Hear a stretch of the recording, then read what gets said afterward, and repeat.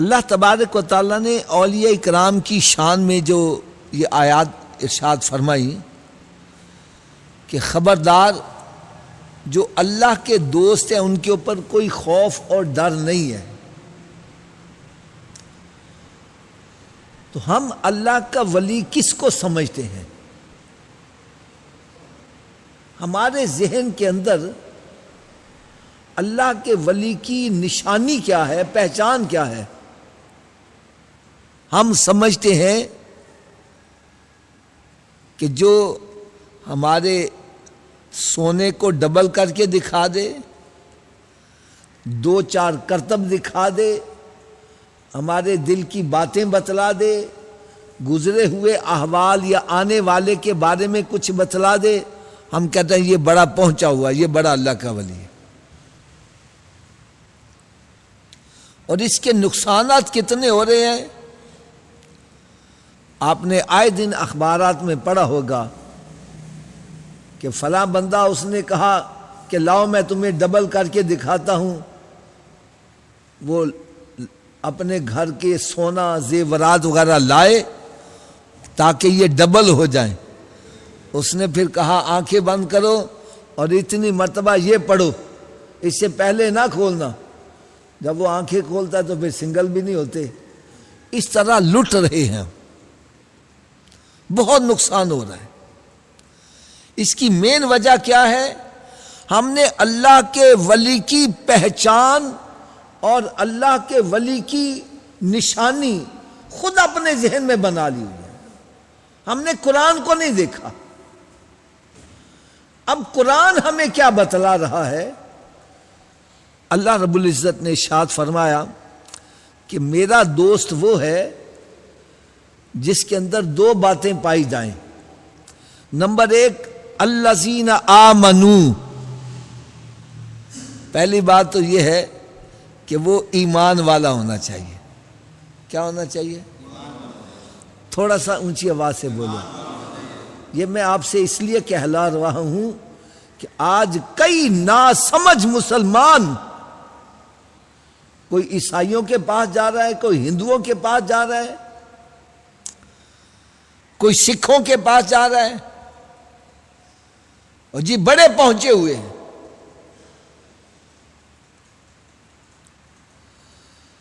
یار اللہ کا دوست جو ہے اس کی پہلی شرط یہی ہے کہ وہ ایمان والا ہوگا۔ بے ایمان کبھی بھی اللہ کا دوست نہیں ہو سکتا۔ آپ دیکھو جا کے کتنی بڑی دکانیں کھلی ہوئی ہیں، کوئی کالا کر رہا ہے، کوئی پیلا کر رہا ہے، کوئی کچھ کر رہا ہے، اور ہم سمجھتے ہیں بڑے پہنچے ہوئے۔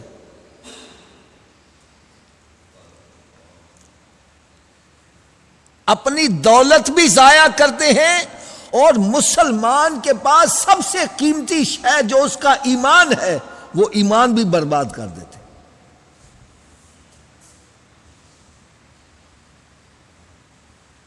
یہ سب ہمیں سزائیں کیوں مل رہی ہیں؟ ہم نے قرآن پاک کو پس پش ڈالا ہوا۔ قرآن مجید میں بالکل واضح طور پہ بتلا دیا ہے کہ الذین آمنوا، اللہ کے دوست کی پہلی پہچان کیا ہے کہ وہ کیا ہوگا؟ ایمان والا ہوگا۔ کون ہوگا جی؟ بے ایمان کبھی بھی اللہ کا دوست۔ اور دوسری شرط بتلائی وَكَانُوا يَتَّقُونَ، اس کے اندر تقوی پرہیزگاری بھی ہوگی۔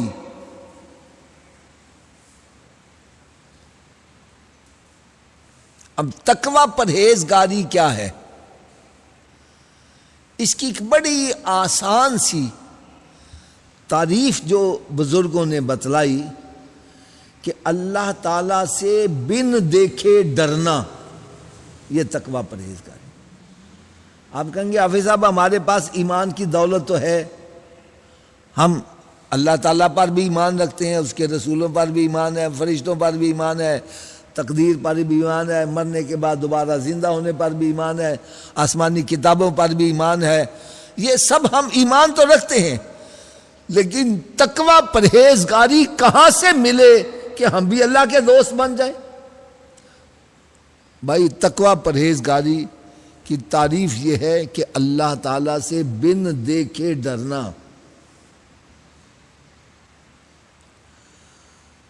دیکھا نہیں ہے، ڈر رہا ہے۔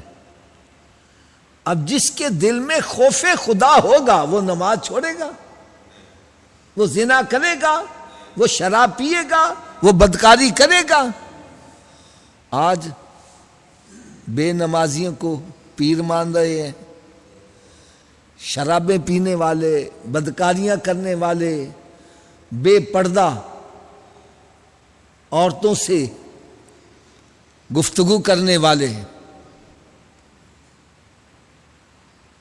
ان کو ہم اپنا پیر سمجھتے ہیں۔ بھائی میری نہ مانو، کم از کم قرآن کی تو مانو یار۔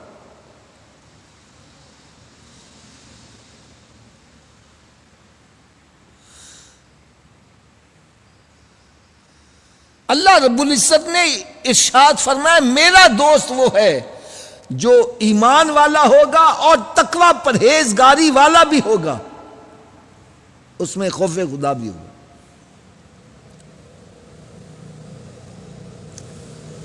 اب بن دیکھے ڈرنا، اس سے کیا مراد ہے؟ میں اس کی ایک بڑی آسان سی مثال دیا کرتا ہوں۔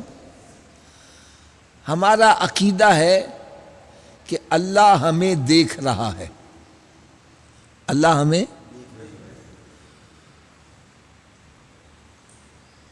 ہمیں کبھی دل سے تسلیم کیا ہے کہ اللہ مجھے دیکھ رہا ہے؟ لو جس دن اپنے دل سے تسلیم کر لو کہ اللہ مجھے دیکھ رہا ہے، میں کہتا ہوں وہ بندہ واقعی اللہ کا ولی بن جائے۔ آپ کہیں گے حافظ صاحب یہ آپ نے کیا بات کر دی؟ ہمارا عقیدہ ہے اللہ ہمیں دیکھ رہا ہے، ہمیں مسجد میں بھی لے جاؤ وہاں بھی جا کے یہی کہیں گے۔ تو بھائی میں پھر ایک مثال عرض کروں گا۔ 4 بندے جوا کھیل رہے ہوں، اوپر سے پولیس والے آ جائیں، ایک دم بند کر دیتے ہیں، بھائی اب نہیں کھیل رہے۔ وہ کہتا جی پولیس والوں نے دیکھ لیا تو پکڑ کے اندر کر دیں گے۔ یار پولیس کے دیکھنے کا احساس برائی سے روک رہا ہے، ابا جی کے دیکھنے کا احساس برائی سے روک رہا ہے، افسر کے دیکھنے کا احساس برائی سے روک رہا ہے، اور جس کے دل میں یہ یقین ہے میرا رب مجھے دیکھ رہا ہے، وہ کیسے برائی کرے؟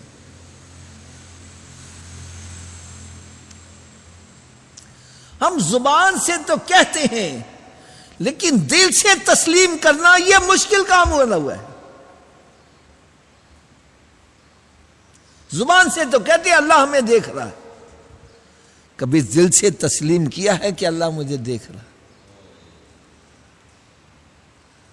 چلو آج آپ کو ایک بڑی ایمان افروز بات سناؤں، ہم زبان سے تو کہتے ہیں اللہ ہمیں دیکھ رہا ہے، لیکن دل سے تسلیم کرنا یہ کسی کو نصیب ہوتا ہے۔ لیکن روزہ ایک ایسی عبادت ہے کہ بندہ روزہ رکھ لیتا ہے، اس کے دل میں یقین پیدا ہو جاتا ہے میرا رب مجھے دیکھ رہا ہے۔ روزہ ایک ایسی عبادت ہے جو انسان کو دل میں تقوی پرہیزگاری پیدا کر دیتا ہے، اور جس کے دل میں تقوی پرہیزگاری پیدا ہو جائے اس کو اللہ تعالیٰ کا قرب حاصل ہو جاتا ہے۔ قرآن مجید میں رب تعالیٰ نے ارشاد فرمایا ان اکرمکم عند اللہ اتقاکم، فرمایا کہ اللہ کے نزدیک عزت والا، احترام والا، مقرب بندہ وہ ہے جس کے اندر تقوی پرہیزگاری پایا جاتا ہے۔ اور روزہ انسان کے اندر تقوی پرہیزگاری کس طرح پیدا کرتا ہے؟ ہم جیسے مارے ہاروں کے اندر، ہم جیسے بدکاروں سیاکاروں کے اندر بھی تقوی پرہیزگاری روزہ کیسے پیدا کرتا ہے؟ آپ دیکھو ایک بندہ روزہ رکھ لیتا ہے، کیا رکھ لیتا ہے جی؟ اب اس کو بھوک شدت سے لگی ہے،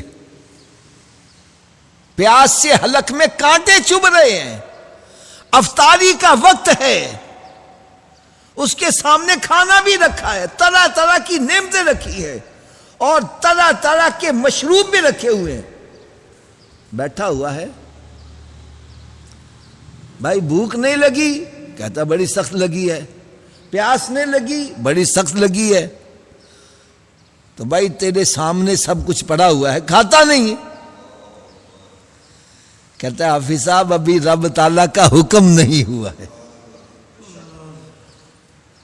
یعنی آپ اندازہ کریں کہ اس کے سامنے حلال چیزیں رکھی ہیں، سموسے بھی حلال ہیں، پکوڑے بھی حلال ہیں، کھجورے بھی حلال ہیں، یہ چاٹ مسالے والی چیزیں بھی موجود ہیں، سب حلال ہیں، مشروب میٹھا مشروب بھی حلال ہے، لیکن نہیں پی رہا۔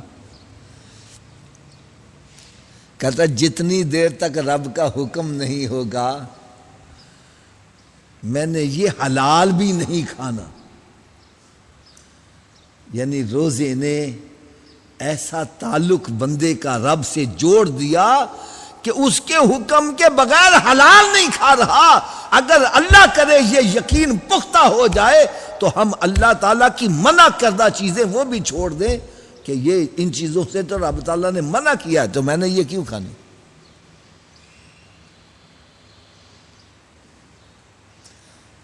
یار روزہ کس طرح انسان کے اندر یہ تقوی پرہیزگاری پیدا کرتا ہے، بغیر دیکھے رب سے ڈرنا، یہ کس طرح کا عملی مظاہرہ کرواتا ہے۔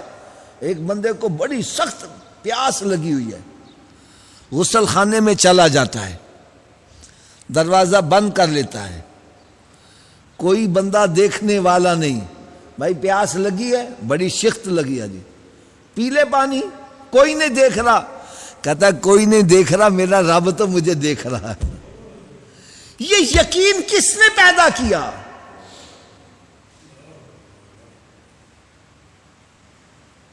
یار ایک بندہ نہر کے اندر غوطہ لگاتا ہے، نیچے چلا جاتا ہے، بھائی اب کوئی نہیں تجھے دیکھ رہا، تجھے پیاس لگی ہے پی لے پانی۔ کہتا ہے نہیں، میرا رب پانی کی گہرائی میں بھی مجھے دیکھ رہا ہے۔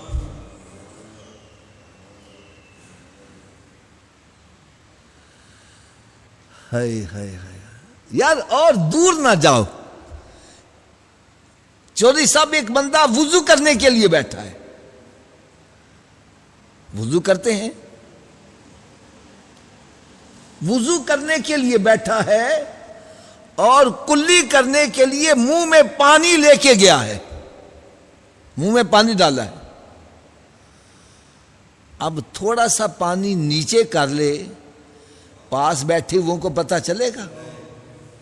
کسی کو پتہ ہی نہیں ہے، تو بھائی چل کر لے نیچے۔ کہتا نہیں، میرا رب اس کو بھی جانتا ہے۔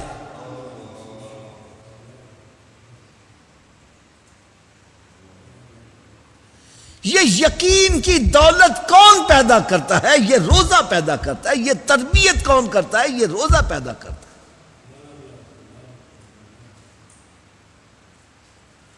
کہ رب تعالیٰ کو دیکھا نہیں ہے، بغیر دیکھے ہی ڈر رہا ہے، بند کمرے کے اندر بھی وہ کھانا نہیں کھا رہا، وہ جناب اپنا غسل خانے کے اندر بھی پانی نہیں پی رہا، وہ نہر کے اندر غوطہ لگا کے نیچے جا کے بھی پانی نہیں پی رہا، اس کا یقین ہے میرا رب مجھے ہر جگہ دیکھ رہا۔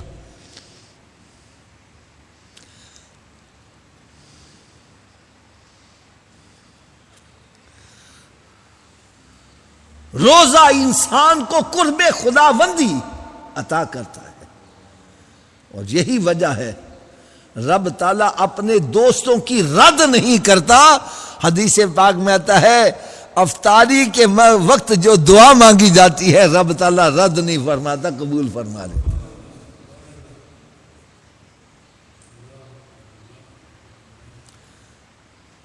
یار اور باتیں تو ایک طرف رہ گئی، اور باتیں تو ایک طرف رہ گئی۔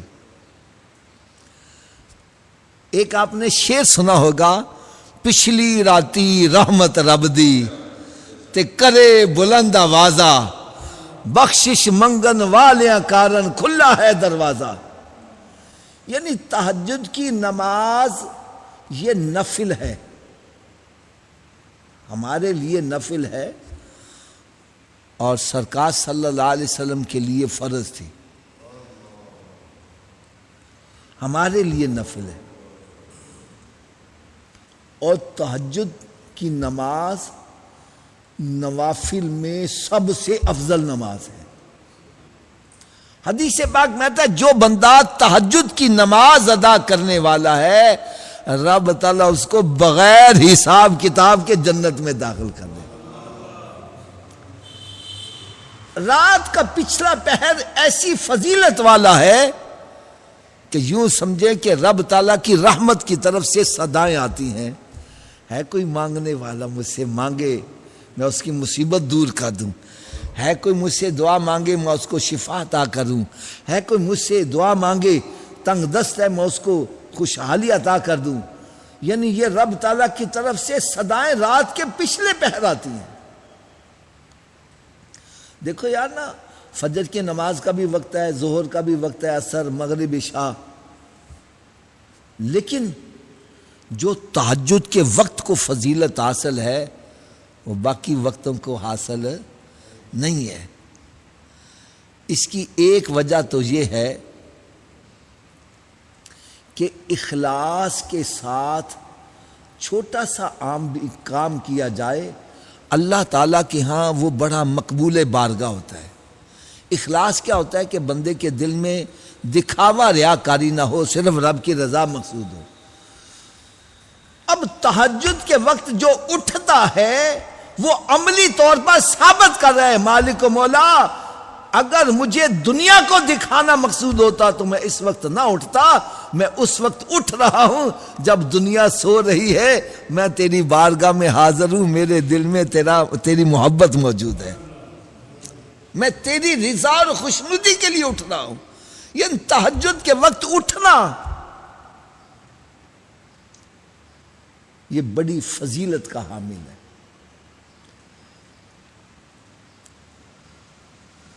بلکہ ایک بزرگ نے تو تہجد کی فضیلت میں ایک بڑی پیاری بات کہی.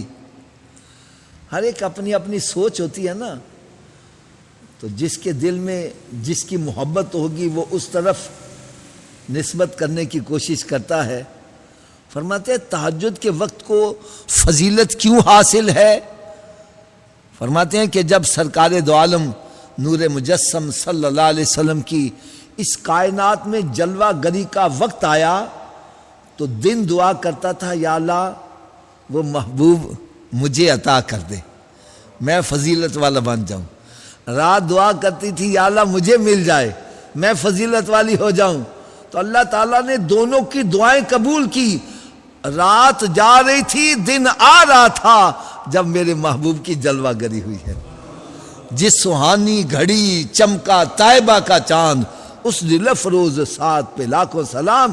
بلکہ بزرگ فرماتے ہیں اللہ تعالیٰ اس بندے کو اپنا قرب اتنی دیر تک قرب خاص عطا نہیں کرتا جتنی دیر تک وہ اس وقت نہیں اٹھ رہا جس وقت اس کے محبوب کی ولادت کا وقت تھا.